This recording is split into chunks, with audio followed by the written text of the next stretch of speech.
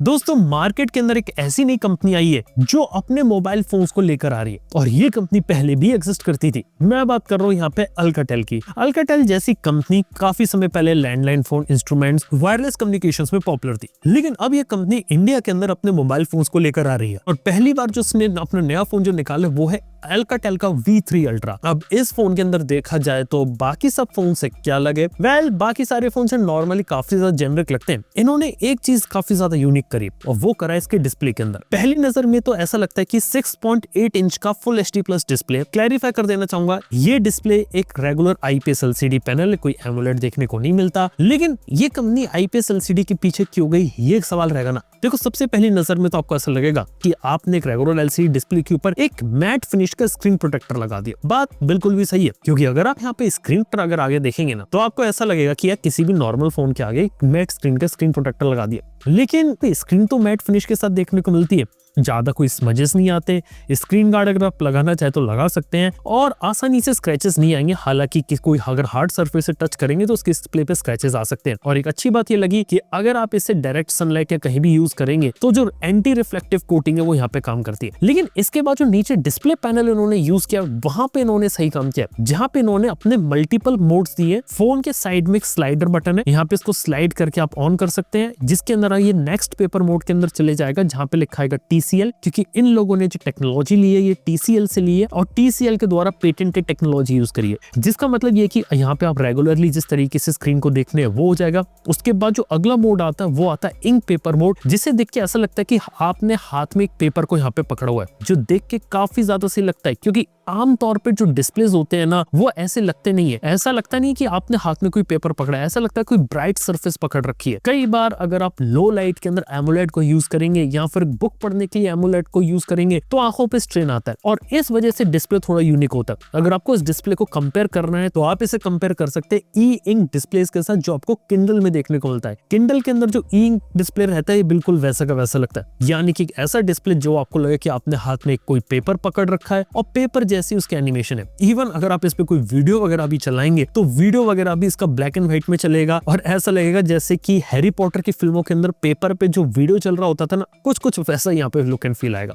तो ये एक फीचर है जहाँ पे इंक पेपर मोड है, पूरा ब्लैक एंड व्हाइट हो जाता है। इसके अलावा एक कलर पेपर मोड है, जैसे आपके कलर पेपर प्रिंटेड होते हैं वहां पे जो पंचीनेस होती है कलर की थोड़ी सी कम हो जाती है, तो उसे आप यूज कर सकते हैं। इसका बेनिफिट है कि कलर्स भी मेंटेन रहेंगे और आपकी आंखों के लिए काफी अच्छा रहेगा। बेसिकली इस चीज को डेवलप किया गया। और फाइनली मैक्स इंक मोड इन्होंने रखा है और मैक्सिमम इंक मोड का रखा है कि ये बिल्कुल एक बैटरी सेवर मोड की तरीके से लिमिटेड फंक्शनलिटीज होंगी, लिमिटेड एप्स चलेंगी और पूरा जो डिस्प्ले रहेगा वो पूरा ब्लैक एंड व्हाइट हो जाएगा। सिंपल सी बात है कि ज्यादा से ज्यादा बैटरी बचाएगा और अपनी बैटरी को और एक्सटेंड कर सकते हो, लंबे समय तक उसे चला सकते हैं। बेसिकली इस फोन के अंदर जो डिस्प्ले रहता है ये इसका एक मेजर सेलिंग पॉइंट बनता है। और एक अच्छा काम किया इन्होंने अपने फोन के अंदर एक स्टाइलस को इंटीग्रेट किया है। स्टाइलस को जब आप स्क्रीन पर चलाएंगे तो वो भी अच्छा एक्सपीरियंस है, क्योंकि आपको ऐसा लगेगा कि आप स्क्रीन के ऊपर नहीं पेपर के ऊपर चला रहे हैं। और इवन चलाते वक्त जो साउंड आती है ना आपस में रब करने की, वो भी ऐसा लगेगा आमतौर पे वैसी साउंड आपको देखने को मिलती है पेपर के साथ। तो वो एक अच्छा एक्सपीरियंस इन्होंने यहाँ पे क्रिएट किया।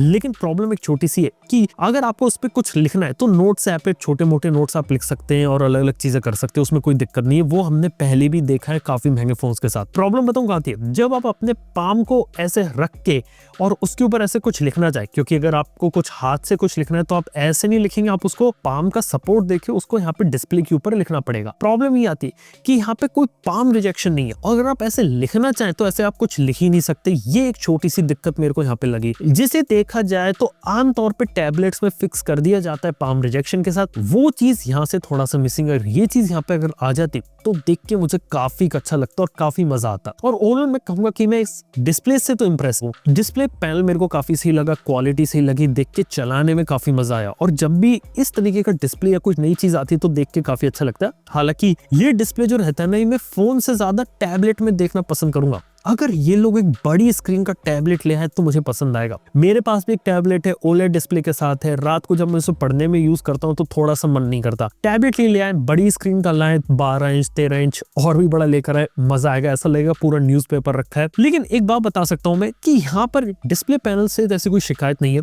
और एक नीश ऑडियंस को ध्यान में रख के बनाया गया पूरा डिस्प्ले। जिन लोगों को OLED डिस्प्ले पसंद नहीं है, जो लोग अच्छी क्वालिटी का IPS लेना चाहते हैं और रीडिंग ज्यादा करना चाहते हैं और आंखों पे ज्यादा स्ट्रेन नहीं देना चाहते उनके लिए डिस्प्ले टोटली यहाँ पे डिजाइन किया गया। उम्मीद करूंगा कि आने वाले फ्यूचर में ऐसे फोन्स निकालें और भी निकालें, मैं ये सजेस्ट करूंगा इन्हें। और ये भी सजेशन दूंगा कि एमोलेड स्क्रीन के साथ भी कुछ कंसेप्ट कोड या नई चीजों को ट्राई करें, क्योंकि ये डिस्प्ले सिर्फ एलसीडी के अंदर ही पॉसिबल है, ओलेड एमोलेड के अंदर ये चीज यहाँ पे पॉसिबल नहीं हो सकती। तो यार ये इसके डिस्प्ले के बारे में बात हो गई, लेकिन बाकी फोन के बारे में क्या? बाकी फोन के बारे में बात ये रहती है कि पूरा का पूरा फोन काफी ज्यादा जेनरिक यहाँ पे लगता है। एग्जांपल बात करें तो यहाँ पे आपको देखने को मिलता है MediaTek Dimensity 6300 6nm based processor, जिसके अंदर आपको वैसी परफॉर्मेंस मिलेगी जो आप किसी 10, 12 या 13,000 रुपए के फोन से आप एक्सपेक्ट कर सकते हैं। 20,000 रुपए वाले फोन पे जो परफॉर्मेंस मिलनी चाहिए वो थोड़ी सी यहाँ पे थोड़ी मिसिंग है। इसके साथ ही मैं ये बोलना चाहूंगा कि यहाँ पे Alcatel वाले एक बेटर चिपसेट को इंटीग्रेट कर सकते थे। Dimensity 7300 या 7400 ट्राई कर सकते थे, जो आज के समय में थोड़ा मार्केट में पॉपुलर है। और अगर एक बेटर फास्ट प्रोसेसर के साथ आता तो आपको बेटर स्मूथनेस, बेटर लॉन्जेटिविटी देखने को मिलती। परफॉर्मेंस इसका एक छोटा सा नेगेटिव पॉइंट यहाँ पर हो गया। अगली इंपॉर्टेंट चीज है कि फोन के अंदर आपको सिर्फ और सिर्फ 128 GB स्टोरेज का वर्जन मिलता है। 256 GB भी अगर निकाल देते तो काफी कमाल रहता, क्योंकि 128 GB अपने टॉप एंड फोन के अंदर थोड़ा सा यहाँ पे कम लगेगा। 128 GB कम ऑन, इट्स 2025। अगला चीज जो इन्होंने अच्छी करी वो करा है कि यहाँ पे ई सिम का सपोर्ट डाला है। यहाँ पे एक नैनो सिम लगेगी, ई सिम का सपोर्ट है। तो जो लोग बजट में एक अच्छा ई सिम वाला फोन लेना चाहते हैं उनके लिए ऑप्शन हो जाता है, क्योंकि आमतौर पे 20,000 के फोन में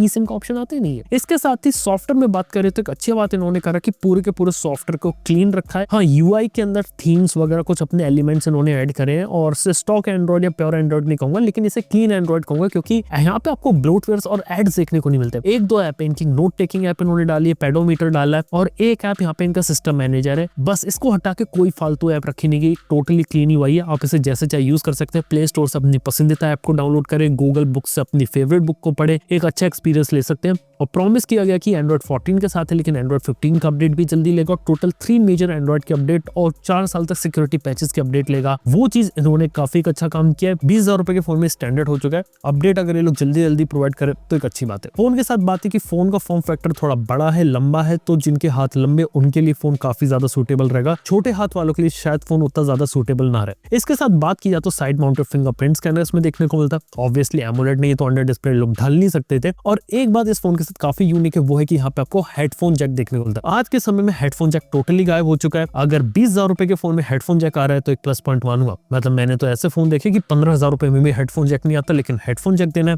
एक अच्छा काम है। अगर आपके पास कोई अच्छी क्वालिटी के IEMs है, उन्हें यहाँ पे आप कनेक्ट करके अच्छे साउंड का मजा ले सकते हैं। और ओवरऑल उसके जो स्पीकर्स की क्वालिटी है ना, वो भी काफी ज्यादा लाउड थी और सफिशिएंट मेरे को लगी। हालांकि एक जगह जहाँ थोड़ा सा काम किया जा सकता था वो थे कैमरास इसके थोड़े से एवरेज है। 108 मेगापिक्सल का प्राइमरी कैमरा है, 8 मेगापिक्सल का आपको देखने को मिलता है अल्ट्रा वाइड, और 2 मेगापिक्सल का एक यूजलेस मैक्रो सेंसर है। मेरी नजर में कैमरा क्वालिटी और बेटर की जा सकती थी, थोड़ा और इंप्रूवमेंट लाया जा सकता था, और थोड़ा एक रिफाइनमेंट लाया जा सकता था इमेज प्रोसेसिंग के अंदर। कैमरास इसका थोड़ा सा वीक पॉइंट लगता है। अगर कैमरास अगर इसके थोड़े से अच्छे स्ट्रॉन्ग कर दे तो काफी अच्छा कमाल यहाँ पे कर सकता है। इसके बाद देखा तो 5G वगैरह की कनेक्टिविटी है, बैटरी काफी बड़ी है 5010 mAh की, 33 वॉट की चार्जिंग को सपोर्ट करता है, और डब्बे में चार्जर है, और यहाँ पे आपको Type-C to Type-C केबल भी आपको देखने को मिलती है। इसके साथ ही बात है कि स्टाइलस जो है वो बॉक्स के अंदर ही आता है, इससे आप कवर के पीछे यहाँ पे आप लगा सकते हैं। लेकिन अगर स्टाइलस को अगर फोन के अंदर रखने की अगर एक जगह होती तो यहाँ पे काफी अच्छा काम हो सकता था। ओवरऑल बात करें तो फोन यहाँ पर कैसा है, देखो फोन के अंदर बात करें तो कुछ मामलों में तो फोन पसंद है। रीडिंग वगैरह के लिए फोन अच्छा है, आंखों पे स्ट्रेन नहीं आएगा, ब्लू लाइट फिल्टर्स काफी अमेजिंग है, ई इंक मोड काफी अच्छा लगता है, और लंबी बैटरी अगर आपको चाहिए एक फोन के साथ तो वो आप इसके अंदर निकाल सकते हैं इसके मैक्स इंक मोड के साथ, तो वो काफी कमाल का है। जो डिस्प्ले इन्होंने डाला है वो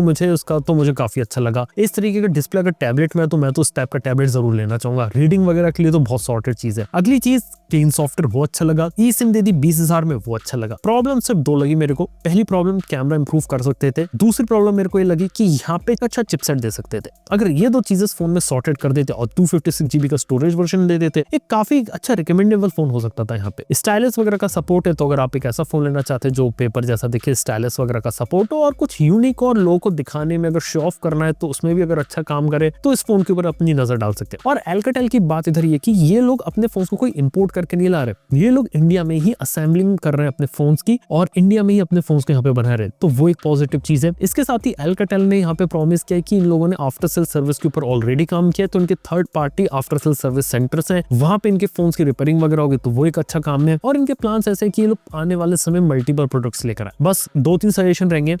एक ऐसा प्रोडक्ट लेकर आई है जिसके अंदर एमोलेड स्क्रीन हो। नेक्स्ट वर्जन में यहाँ पे बेटर चिपसेट को इंटीग्रेट करे, कैमरास को इंप्रूव करे, और एक टैबलेट लेकर आई है बड़ा सा जिसको देख के पढ़ने में मजा है। एक ऐसा टैबलेट मार्केट में आ गया जो रीडिंग के हिसाब से बना है ना, बहुत सही चलेगा। इस तरीके की टेक्नोलॉजी टैबलेट में बहुत सक्सेसफुल है। और हाँ, जैसा मैंने बताया, पाम रिजेक्शन जैसी चीज जो टैबलेट्स में आती है, अगर सॉफ्टवेयर अपडेट है कुछ भी करके अगर इस मोबाइल फोन में अगर आ जाए तो वो एक काफी अच्छी चीज होगी। तो दोस्तों यार, ये कहानी होती है Alcatel V3 Ultra की। एक इंटरेस्टिंग फोन है। मैंने कल सोचा नहीं था कि फोन के अंदर ये जो गिमिक वाला फीचर है वाकई में काम करेगा, लेकिन हाँ, गिमिक लगता है शुरुआत में, लेकिन वाकई में काम करता है। इन्होंने कुछ नया करने की कोशिश करी है। बाकी देखते हैं कि आने वाले समय में क्या रहता है। और पहले तो मेरे को ऐसा लग रहा था कि इन्होंने सिर्फ मेट स्क्रीन प्रोटेक्टर रहता है उसी को डिस्प्ले में इंटीग्रेट कर दिया, लेकिन इस बार कुछ चीजें यहाँ पे अलग करी है। बाकी आप लोग नीचे कमेंट बताइए कि इस तरीके का जो नयापन, जो नई टेक्नोलॉजी, जो नई नई चीजें आ रही है, ये आप लोग को यहाँ पे कैसी लगती है, नीचे कमेंट में अपनी बात रख सकते हैं। थैंक यू वीडियो देखने के लिए। मैं आपसे मिलता हूँ अपने अगले वीडियो के अंदर। Good bye.